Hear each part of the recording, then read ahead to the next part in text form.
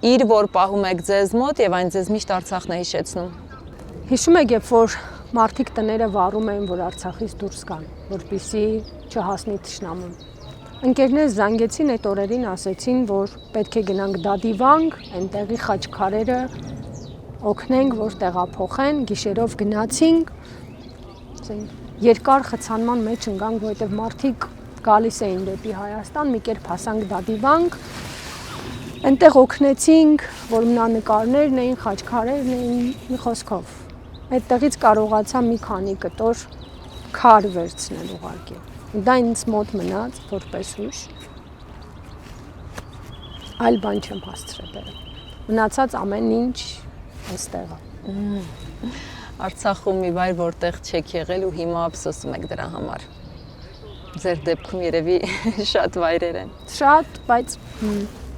շատ եմ ուզում տեսնեմ Շուշին ու հայտնի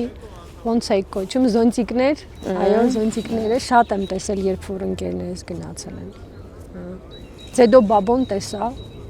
մի պահ այդտեղ կանգնել էինք, իհարկե մութ էր, օդային տագնապը միացավ,